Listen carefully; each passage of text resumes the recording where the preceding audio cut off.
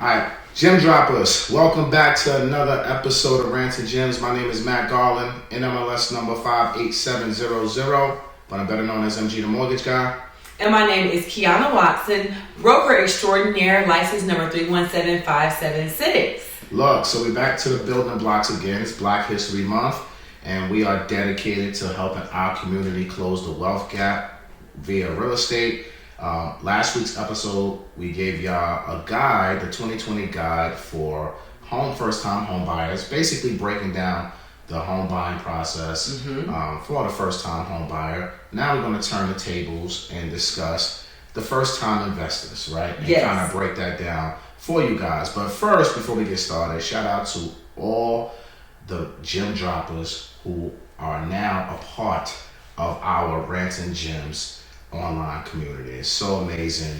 You guys are incredible. So shout out to all the gym droppers. And if you want to be a part of the community, link is in the description of this video to join. Yeah, I'm super excited. It was a long time coming. We've been working on this. We've been going back and forth. What we want to do, obviously you guys know we were doing live shows and had a live audience. You know, it was definitely an experience. Yes. Right? An experience. And, you know, we had to cut the live audience's way because of COVID. Yes.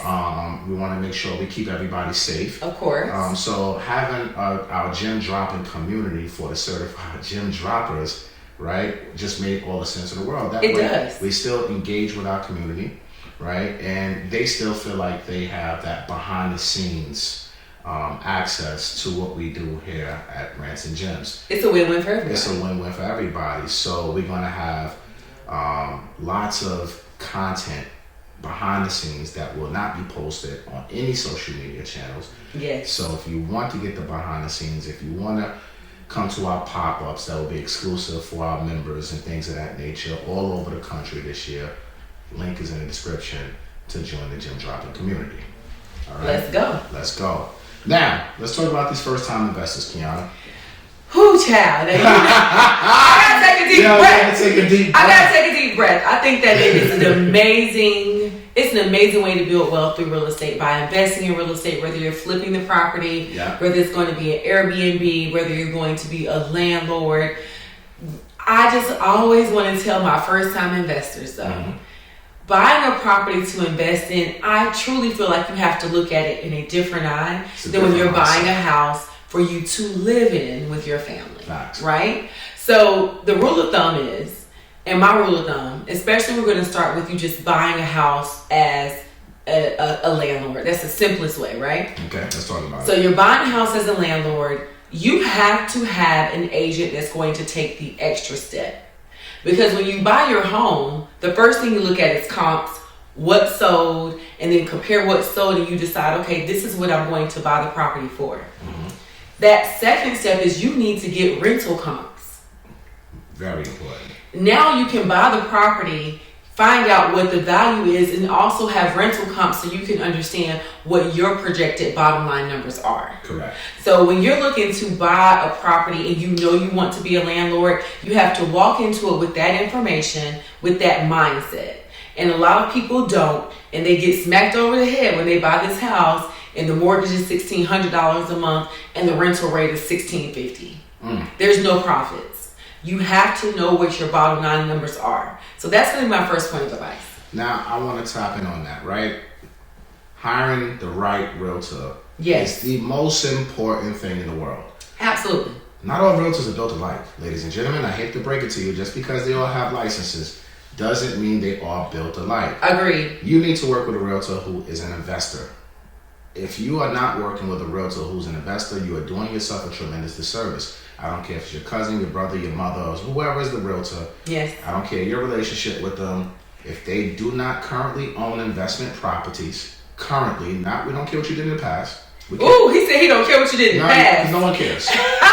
Right? No one cares. And I'm just keeping it in the buck with you guys. Yeah, he's right. They have to be an investor because they have to have the investor mindset, like you mentioned. Right? You have to flip from the emotional home buyer to the savvy real estate CEO investor, because that's what you are. You have a real estate business if you are buying rental properties. So think like a boss, think like a CEO, and hire the right team members when it comes to real estate investing. I agree. Very important. You need to have a wholesaler on your team. Oh, yes. Multiple wholesalers in whatever markets. Because one thing about these wholesalers, and when he say multiple, because sometimes, I mean, they just be lying. I have no better way to say it. And I'm not trying to give you wholesalers a bag, but the super cap is just out of control. Just like realtors. Realtors will lie too because they don't even know what they're talking about. This is why you need to know the information for yourself as well. But you definitely need several wholesalers on your team. Because not you gotta explain to people what a wholesaler is. Well, a wholesaler is basically an unlicensed real estate agent. It's the fact. I know. They're an unlicensed real estate agent, basically, who they work with, and that's no shade, right? It's just the truth. You're not required to have a real estate license today in the majority states. In majority of states, I know, like Illinois, now you need to have a license. Absolutely. You have to have your real estate license to wholesale. In that state, right? So you have to make sure, so the wholesaler is basically an unlicensed real estate agent, but they're focused 100% on working on investors. Their jobs is basically to go out and find distressed owners. Correct. Right? To get deals at a wholesale price, not the retail price. Most realtors, when you have Zillow, Realtor.com, Trulia, any of these sites, that's retail sites. You're not going to find, for the most part, great investment opportunities on a retail site. But there are some diamonds in the rough if you know how to search and depending on the markets. Like my Welby, for example, at My Best 197, he was on the show a couple episodes ago, and he uses a realtor. He uses a realtor, and he buys off of MLS and Connecticut all the time, and he gets good deals because he still sticks to his numbers and his format. So you can still find those good deals online, but the wholesaler is typically not going to present you those type of deals. They're going to present you off-market opportunities. Yes. But you need to know, like you said, running your own comps, right? Let's talk about some sources to get comps. You can use things like PopStream. Yeah. Right, to get your comps. You can have a talented, experienced real estate professionals with Watson Realty Co. to help you get your comps. Exactly. I think a good step one, and I hate to say this, is so cringy, and I know y'all are not going to like it if you're an agent, but I feel like a good step one would just be just a simple look on Zillow. Yeah. Let me tell you why. Zillow will show you like properties that have sold in the area. Now, it may not be as accurate, but it gives you an idea. Absolutely. And even though we as realtors, we say we hate Zillow, they are not as accurate as they need to be, but that's on the Zestimates. But just giving you information of what was listed and what was sold, that's accurate. Oh, 100%, because it's all public record. Correct. Right? And correct. And it's a source to give you that information. And they can't, it's not a Zestimate, like you said. Exactly. Right? So don't pay attention to the Zestimates too much. Look at the true data of the comps that they're using to come up with that Zestimate, and still do your own due diligence and things of that nature, right?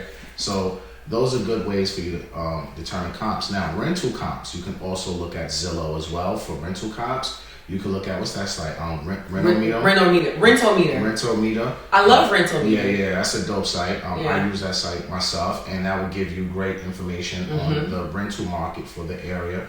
But again, your realtor also, or the wholesaler, can provide that information to you guys as well. Yes, and it's a good way for you guys. You have to learn how to read these numbers for yourself. I feel like even when you have representation, as an investor, you have to take so many steps. Yeah. And you really want to understand, what is this monthly payment going to look like for me on the mortgage side, and how much can I collect in rent?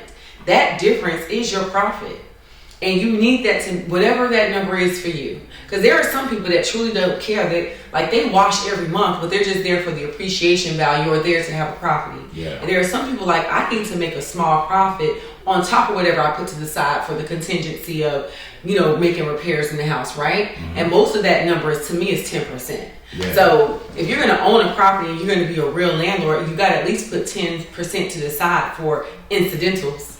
Well, yeah, so I'm glad you segued into that, because we're talking about numbers, right? Yeah. So investors, you need to know your numbers. If you're buying rental property, don't focus on the amount of doors. And I think too many people focus way too much. I got $100, I got $50, I got $1,000, but you're not making no money, right? At the end of the day, there's so many investors out there that have these doors, but they're not profitable, right? Because of whatever reasons. So don't focus on the doors, focus on your cash on cash return.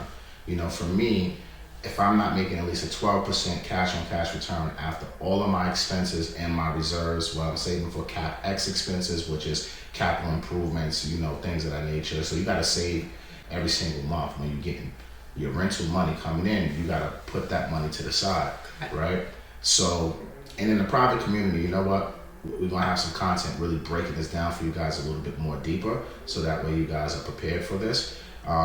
But cash on cash return as a landlord is probably the most important thing, right? Me personally, 12% minimum is the number that I'm looking on the cash on cash return on my money. So basically, long story short, if I put $100,000 to acquire a deal, down payment, closing costs, after all my expenses, I need to net $12,000 at a very minimum annually on that property for me to even want to consider moving forward with it. And if it's 11%, I might not even take the deal. Oh, wow. Depending on the potential upside of the property. And that's what you have to look at too when you buying, being a landlord, you buy and hold.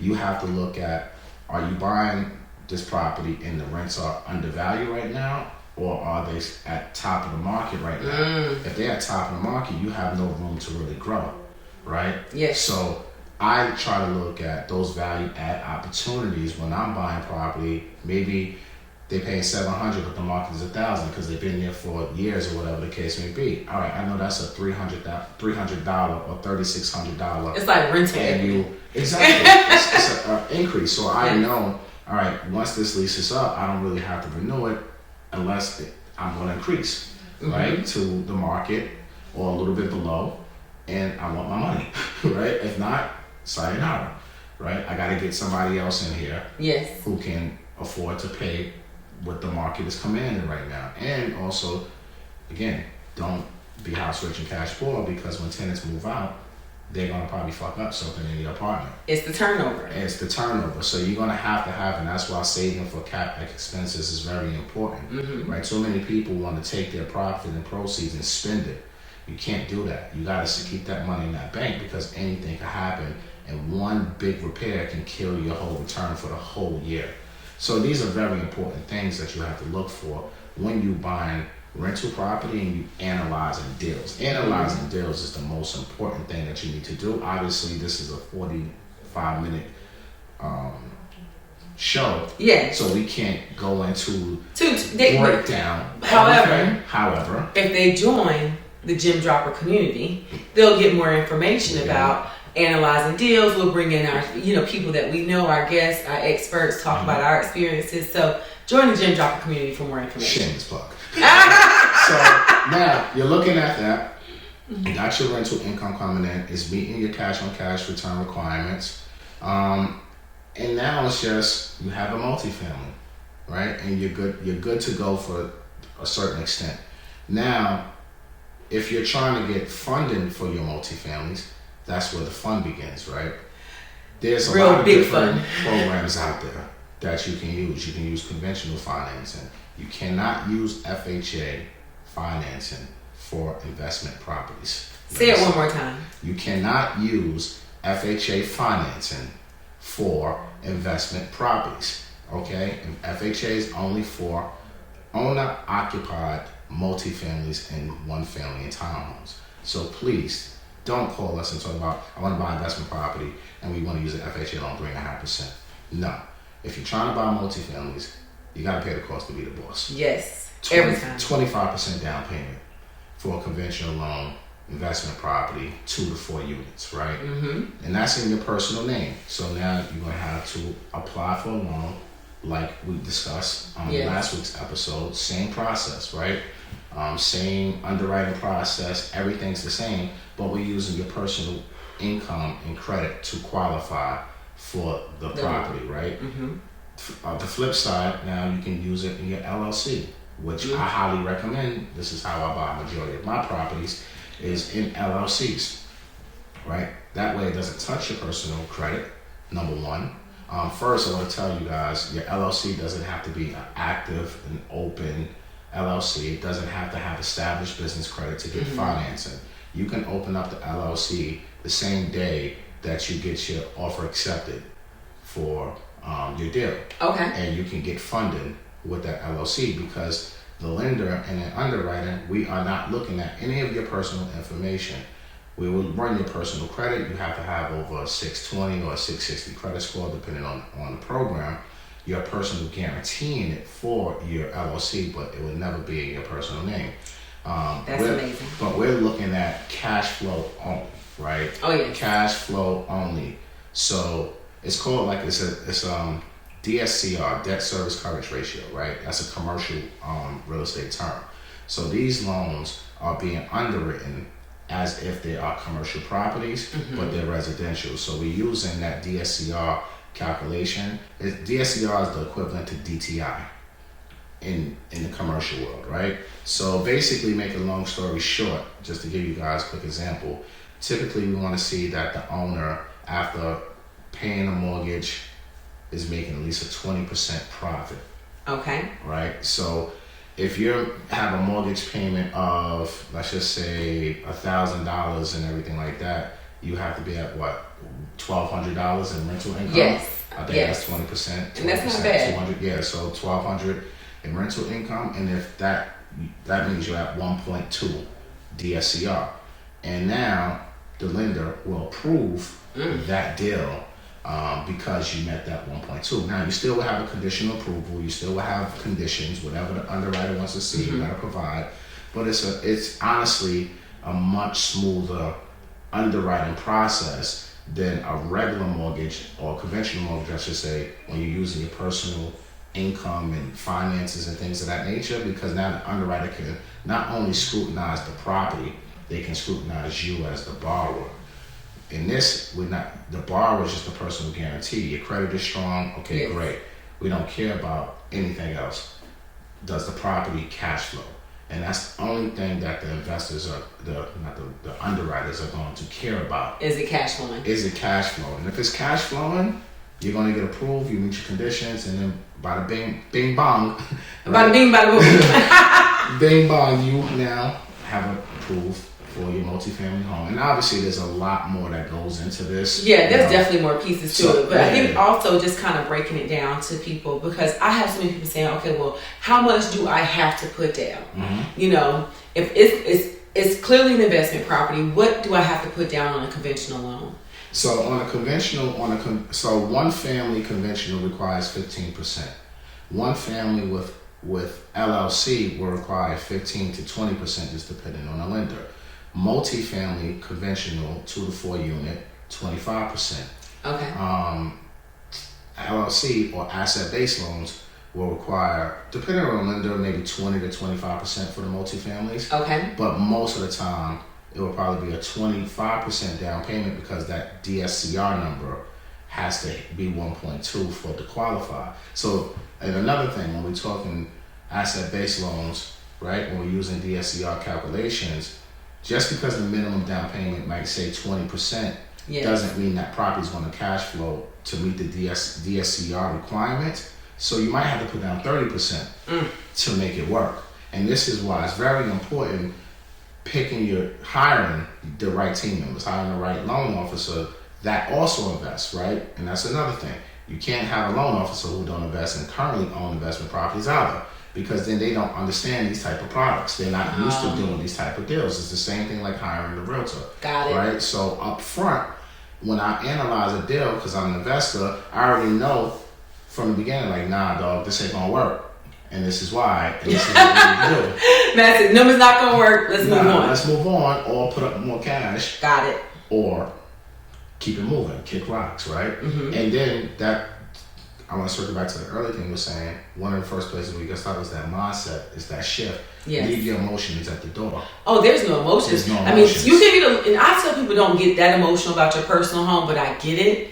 But in an investment property, it's not about being emotional. It's about the numbers, and you're delivering a quality product, and that's with you being a landlord. Yeah. Like, you definitely don't want to deliver a product. I feel like a really good episode was from Justin when he said, never buy something you would never want to live in. That's a fact.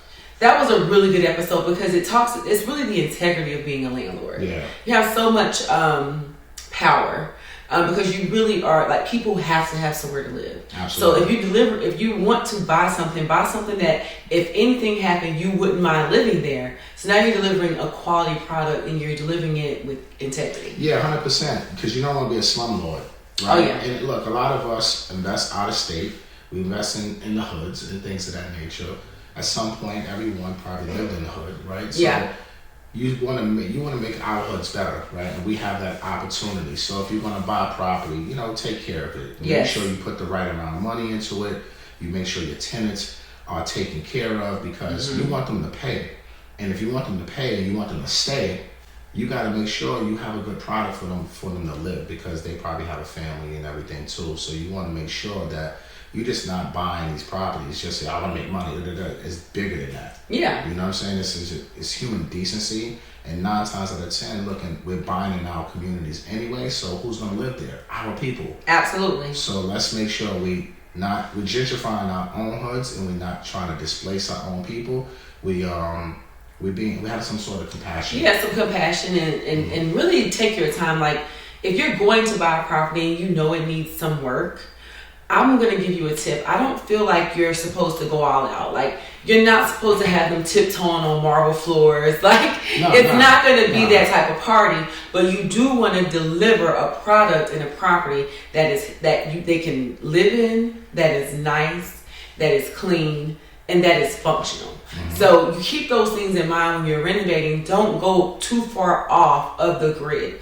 Like, don't buy items that you know are going to customize the home to your liking. Stick to what the general consensus is. Yeah. The general look. Right now people are really loving like the agreeable gray paint on the walls, white cabinets or espresso cabinets, simple. Gentrification gray. I think Julian called it. Did he call it gentrification gray? Yeah, I think so. Yeah. Okay. As soon as you said that, that's the first thing that came to my mind. It works. It works though. It works. It works though. So, I'm glad we're talking about like the paint colors and everything like that.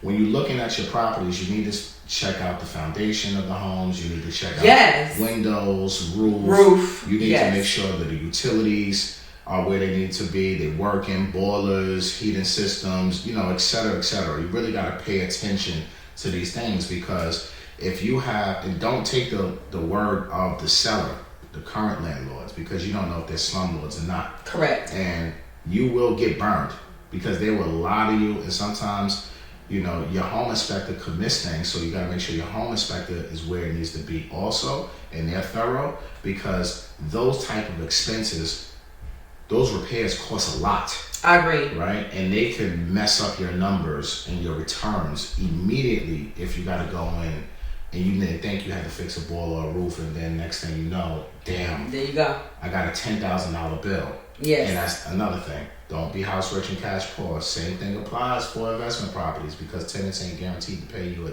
damn thing. And if you can't afford to pay that mortgage on your own without the tenants, you should not be investing. And that happened to a lot of people when the pandemic came. 100%. And I felt really bad for them because I just felt like it was like a double-edged sword. The government is protecting the renters, but nobody's protecting the first-time home investors. Nobody's thinking about, like, just because you invest doesn't mean that you are overly rich or you just have billions of dollars sitting in the bank. You're investing and you're fighting, you're working hard to build a legacy for your family and build wealth. Mm-hmm. And now you have someone staying in your property. Depending on the circumstances, they may or may not have the ability to pay. But then on your end, you own the property and you may or may not have the ability to pay the mortgage. Yeah. So now both of you guys are in a tough spot.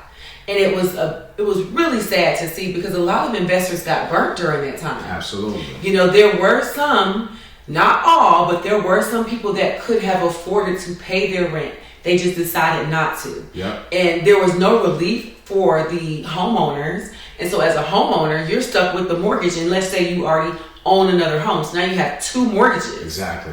And you have to pay them both. And it was very tough times. Now, I think that brought us back to that rule of thumb. 1, making sure you save enough money from your income you're receiving from your properties to cover things like that. Absolutely. That capital expenses, because that's going to happen. Capital expenses, vacancies, non-paying tenants, eviction is expensive. You got to pay a lawyer. It is expensive. They want retainer fees up front, maybe $1,000, maybe $2,000, maybe $3,000. All depends on your market and of course, what type of attorney you have. If they're a good one, they're going to want money. Absolutely. Right? And because you want this tenant going, you got to pay them, right? Period. So you have to have capital for all of these things and be prepared. So don't be house rich and cash poor. Don't buy anything you can't pay for yourself. But not to discourage you, we want you guys to invest. Absolutely. We don't want our people to lose. Oh property. no, you definitely want to invest, because investing to me, it's two parts to it, and I always tell people what I like. I like to see appreciation value and cash flow. See, some places are going to only be cash flow. That's the money you get per door, money you're getting out of the property every month. But think about areas, like even New York or, Atlanta, where it's like you buy a property and you may have gotten a really good deal. It's $300,000, for instance.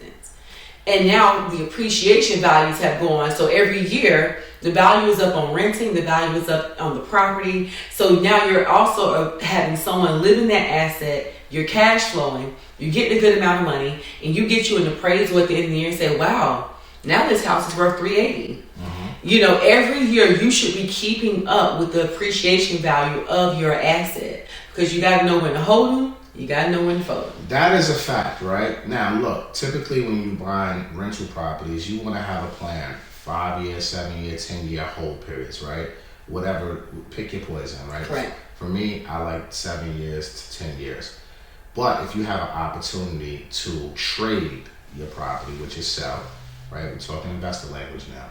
You're trading your property, you got a bunch of equity, now you can move up to bigger, take that opportunity, run, get your money, and now 1031 exchange it so you can defer your capital gains and now move on and dump that into probably a 10-unit building, right? Correct. That's how you gotta grow. That's how you flip it. That's how you flip it. That's how you grow. Because sometimes, look, once you get into the 3-4 family game, you can be profitable, but you, at some point, if you're investing and doing well, you want to graduate to the next level. Correct. Right? So sometimes you may have to trade a couple properties to, it's like Monopoly. Yeah, it really is Monopoly. Yeah. I challenge you guys to pull out your Monopoly, get the board game, pull it out, and as an adult, now it makes more sense. It makes a lot more sense to you as an adult playing Monopoly than it did when you were young, just kind of following along.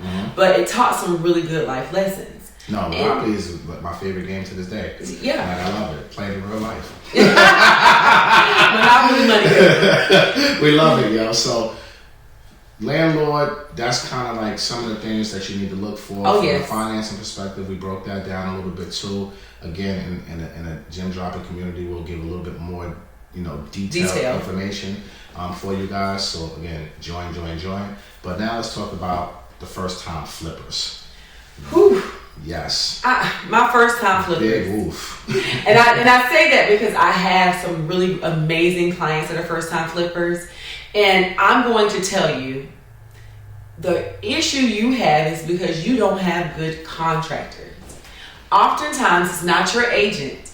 And let me explain to you, when you work with an agent, your agent is here to help you protect you, identify a property that you can flip, tell you what the numbers are, negotiate, and get you under contract, get you to the closing table. Then that second person is going to be your general contractor and your project manager. Your agent is not your general contractor, nor is your agent your project manager.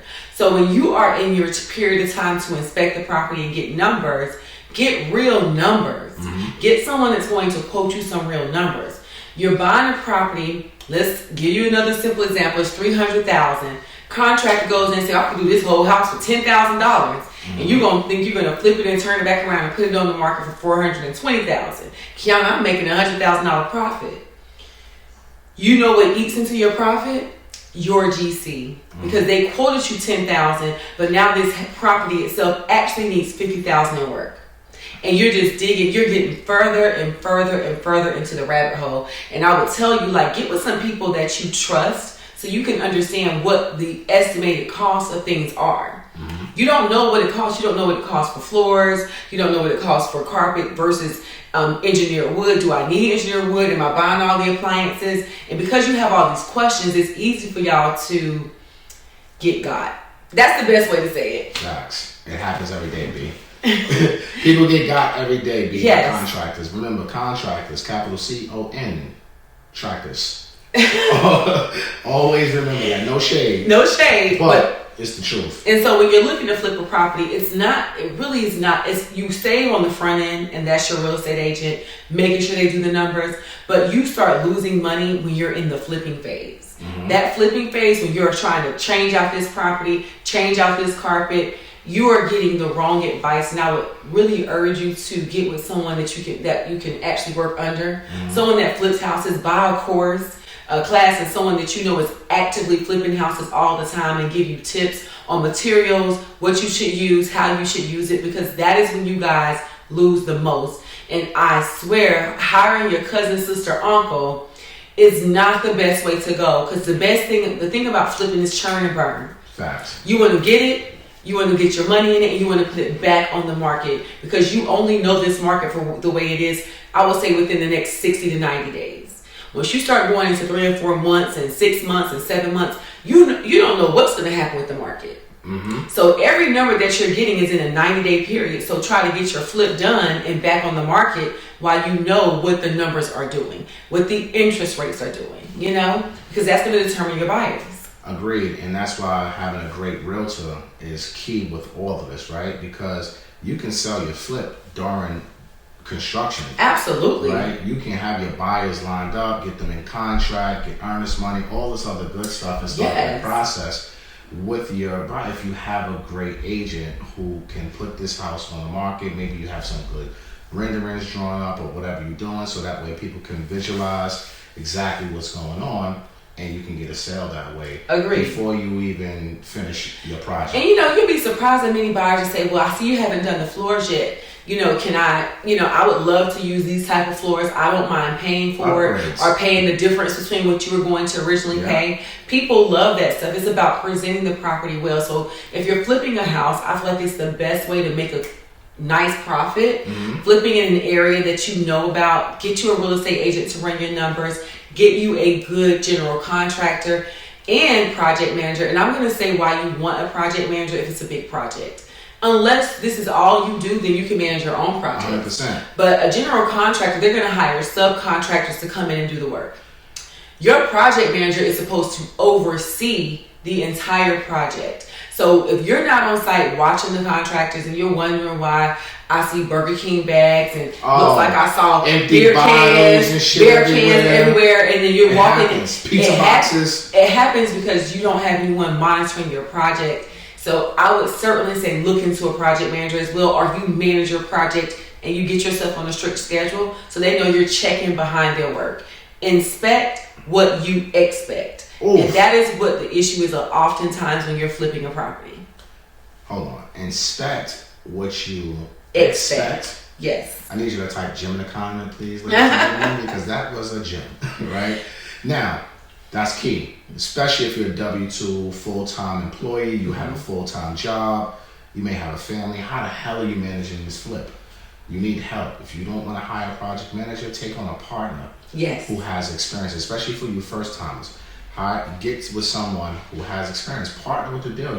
If you make $20K less because you brought in an experienced partner, that $20K that you think you're making less could have probably saved you $100K, $50K, an obscene amount of money. So don't be afraid to partner with somebody who's experienced. And you'll be surprised. There's a lot of investors out there that like to take on partners because it's less risk for them, because it's less money out of their pocket as well. To come up with for the deal, right?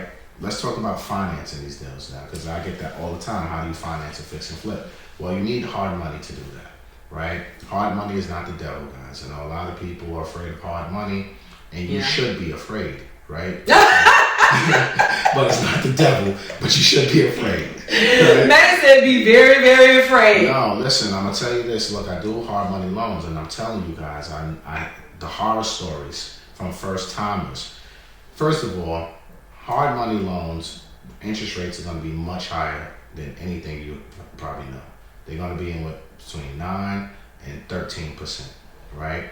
All hard money lenders are going to charge you points up front, right? It may be 2 points, it may be 3 points. If you got experience and you got a lot of deals going on, then they can give you a deal probably 1.5 or something like that, because you know what? It's volume, right? Remember, volume solves all problems in our business. So if you're a one-timer, you're going to do one deal, look, expect to pay probably 12% and maybe 3 points, right? But if you're someone who actively flipping and you got the receipts, you got the CDs from your closings and everything like that, you got that experience, then you'll get more favorable terms. Now, most hard money lenders with experience, buyers or borrowers, they will require a minimum of 10% down payment.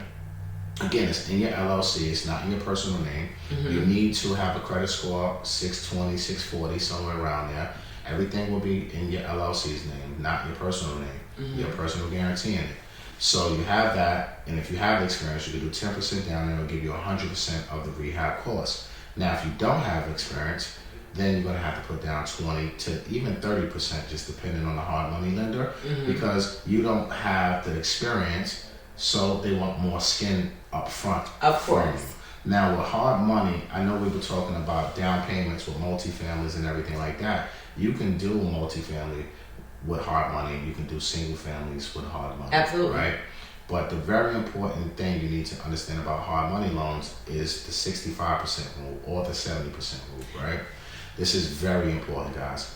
Now, this rule basically says that your purchase price, the acquisition price, plus your rehab costs can't exceed 65% of the after renovated value, your ARV. Basically the comps, right? So easy numbers for you guys. If you're buying a house for $50,000 and it needs $15,000 worth of work, that's a total of $65,000. The house has to be at least $100K for you to get hard money financing, and for you to get the $65,000. Yeah, so you can get the $65,000, and your down payment and everything is based off that $65,000. We have to give them one more little tip. Okay. You're not gonna get all the $65,000 up front. Oh no! No, because remember, you're acquiring the property for $50,000, right? So you're gonna have your loan for the $50,000, but then you're also gonna have $15,000 that's for your repairs, and you're not getting a check at closing for that $15,000. Okay? No. It's called draws, right? A draw is when the lender releases money to you once work is complete, and depending on how big the scope of the work is, you can have 2 draws, 3 draws, whatever it is, right? But typically, they want to see work done. They come out and inspect it. They make sure T's are crossed, I's are dotted. Then they release the funds. You pay your contractor. And that's so important. You know how many people I get reach out to me and they get this money. Well, they thought they got this money. Like, I got $50,000 coming. No, you don't. You got 10. And you got to get started with the 10. Yeah. And then they're going to come out and look at this work. Yeah. And if it doesn't look right, they're not going to pay you. Yeah.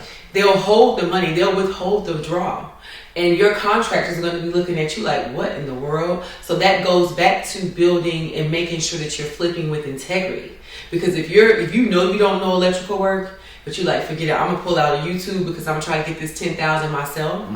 And you do it wrong and they come inspect it and it's wrong, not only will they not send you out the rest of the money, you're holding up the process and you're holding on to this high interest bearing loan. Yeah. And your whole point is to what? Churn and burn. But here's key.